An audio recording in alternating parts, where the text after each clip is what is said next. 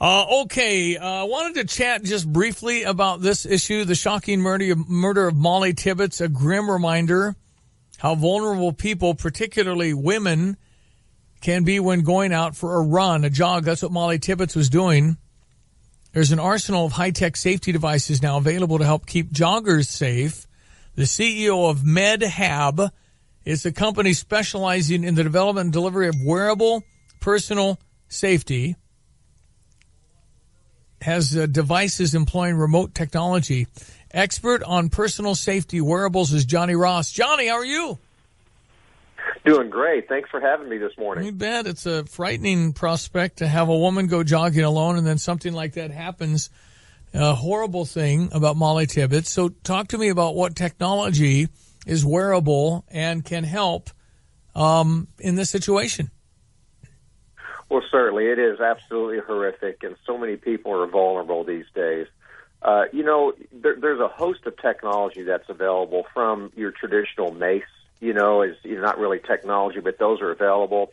But we're starting to see more introductions now of devices like what's called strike spikes, that you can wear on the wrist or carry, and, little protrusions come out, and you can actually, hit the attacker back. Those are somewhat dangerous in my opinion, because if you don't know a lot about safety defense, then those can be used against you potentially. But nonetheless, they're still a great first step. There's also other products like the GT Road Personal safety alarms. They look like a keychain or something that you'd hang on a bag. You simply depress a button, bright LEDs turn on, alarms turn on, notifying anybody in the surrounding area of what's going on. Those are great products to have attached to you, belt loop or wherever you might want to wear them.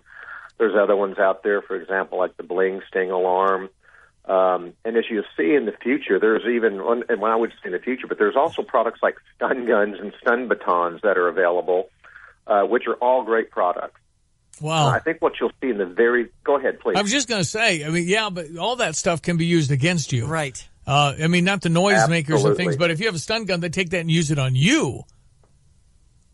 Absolutely. That is my fear. Although they're, good devices and probably have a place, those give me some pause just before that reason.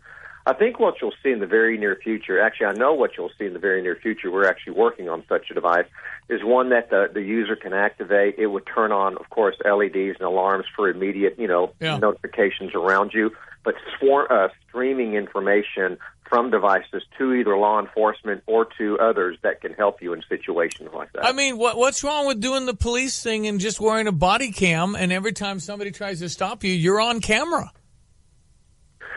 That's exactly what I'm getting at. There'll be some of those devices coming very soon for individuals, because if you can catch that person, the lights turn on, they notify something's up, that would be, in my opinion, the best deterrent that we can have. I know I went through a stage in life where I was in an abusive relationship, and when the situation got heated, I just simply circled the police station in my car for about an hour and even parked a little while. But in case something happened to me, I knew I was close to someone who could respond.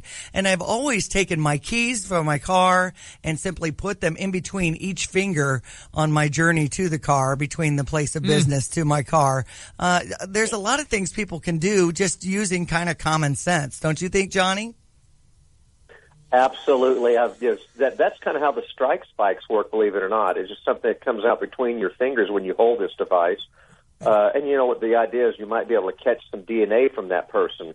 But what I actually think is better is when you can get cameras that can work for you in the event of an attack like that, where it's already streamed. And so even if they were to take that device from you, it's streamed and caught on camera who it is and potentially the whereabouts. And the last thing these people want is to be known. And so if you're wearing a body cam, and I guess they could come up, you could wear a little, I love ideas like this stuff if trying to help people. You put a little vest over like you're an usher somewhere and they have a little body cam on the back and the front. I understand it's expensive. I'm just saying that would certainly be a deterrent to say, smile, you're on candid camera. Something like that where you're not going to go near that person because there's too many others that don't have that.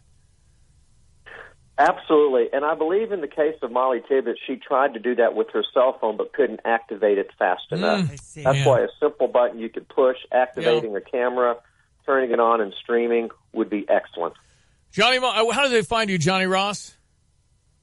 They can find me at medhab.com, or they could find my personal safety device, really specific for seniors, at MyNotifi.com, MyNotifi.com. Thank you for having me. You bet. Nice to meet you, Johnny. Thank you. Johnny Ross in Dallas.